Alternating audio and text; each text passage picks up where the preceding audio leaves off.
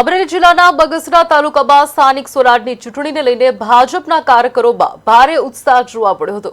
જિલ્લા પંચાયત 11 તાલુકા પંચાયત અને 6 જેટલા નગરપાલિકામાં ચૂંટણીનો જંગ રમાશે, જ્યાં અમરેલી જિલ્લામાં ભાજપ, કોંગ્રેસ અને આપ પાર્ટી વચ્ચે ત્રિપાંખીયો મુકાબલો થવાનો છે। 11 એપ્રિલ ઉમેદવારી ફોર્મ ભરવાનો અંતિમ દિવસ હોવાથી ભાજપે અંતિમ ઘડીએ ઉમેદવારોના નામ જાહેર કર્યા। બગસરા નગરપાલિકાના ઉમેદવારોના નામ જાહેર થતાં જ ફોર્મ ભરવાની પ્રક્રિયા શરૂ થઈ હતી। આ પ્રસંગે ધારાસભ્ય જેવી કાકડિયા સહિત અનેક રાજકીય આગેવાનો ઉપસ્થિત રહ્યા હતા।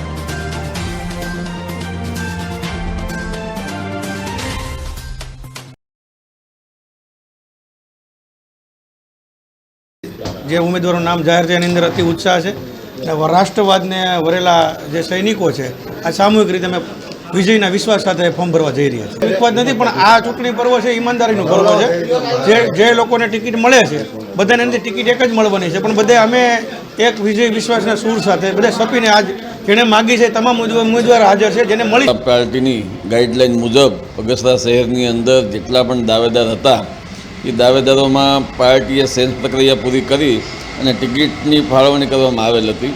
એમાં ભારતીય જનતા પાર્ટી પ્રદેશ દ્વારા કે 3 ટર્મ લડેલા 60 વર્ષની ઉપરના હોય એને ટિકિટ ના આપવી એવી ગાઈડલાઈન મુજબ બગસરા નગરપાલિકાની અંદર જે 9 જેટલા ઉમેદવારો કે જે 3 ટર્મની મર્યાદામાં આવતા હતા, એટલે એની જગ્યાએ જિલ્લા ભાજપના પ્રમુખની સૂચનાથી નવા ઉમેદવારોને ભારતીય જનતા પાર્ટી પસંદગી આપી છે અને ફોર્મ ભરવાની પ્રક્રિયા ચાલુ છે।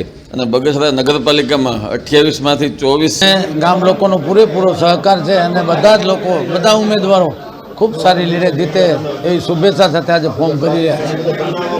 વિખવાદ ભારતીય જનતા પાર્ટીમાં ક્યાંય છે નહીં, બધા જ ઉમેદવારો અત્યારે ફોર્મ ભરી રહ્યા છે અને બધા જ ઉમેદવારો ફોર્મ ભરીને જ્યાં જે પ્રચાર શરૂ કરવાના છે અને ફોર્મ ભરીને જીતવાના મૂડમાં બધા ઉમેદવારો આજે ફોર્મ ભરી રહ્યા છે। તાલુકા પંચાયત, જિલ્લા પંચાયત સદસ્યોના ફોર્મ ભરવાનો હોય તો મોટી ઉત્સવમાં ભારતીય જનતા પાર્ટીના કાર્યકરો સૌ અત્યારે હાજર છે, ઉપસ્થિત છે અને ભવ્યથી ભવ્ય લીડથી ભારતીય જનતા પાર્ટીની નગરપાલિકા, તાલુકા પંચાયત તેમજ જિલ્લા પંચાયત બેસે એવી